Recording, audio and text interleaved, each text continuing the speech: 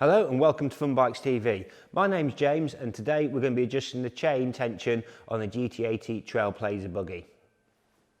To adjust the chain tension on the GT80 Trail Blazer, you'll need an 18 spanner and a 17 socket. Start off with, reach underneath the bottom of the chain tension section with the socket and you'll find the nut on there. You'll need to loosen the nut off to start off with.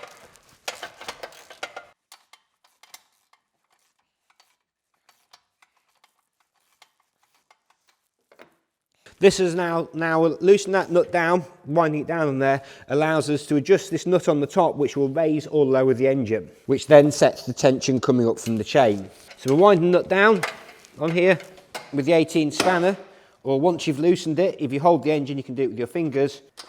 As you can see, drops the engine down and then puts a lot more slack into the chain. Normally, you'll be tightening the chain apart from if you're fitting a new chain for the first time. So lift the engine back up, wind that nut down, and then basically between tightening the nut downwards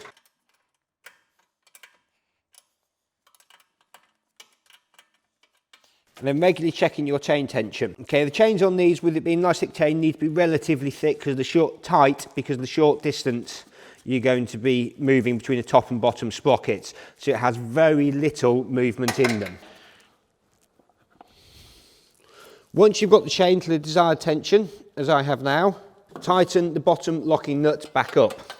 If you don't tighten the bottom locking nut back up, with this not being a locking nut on here, as the buggy is being used, it will vibrate and allow the engine to drop down lower, which will alter the chain tension on the vehicle.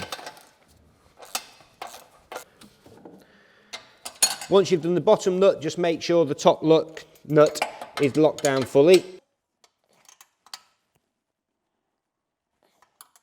And we have now set the chain tension on our GT80 buggy. When you have the chain, make sure you use a good quality lubricant on it. Do not use WD-40.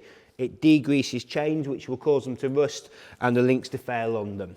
We recommend using butylene, which is available through our website.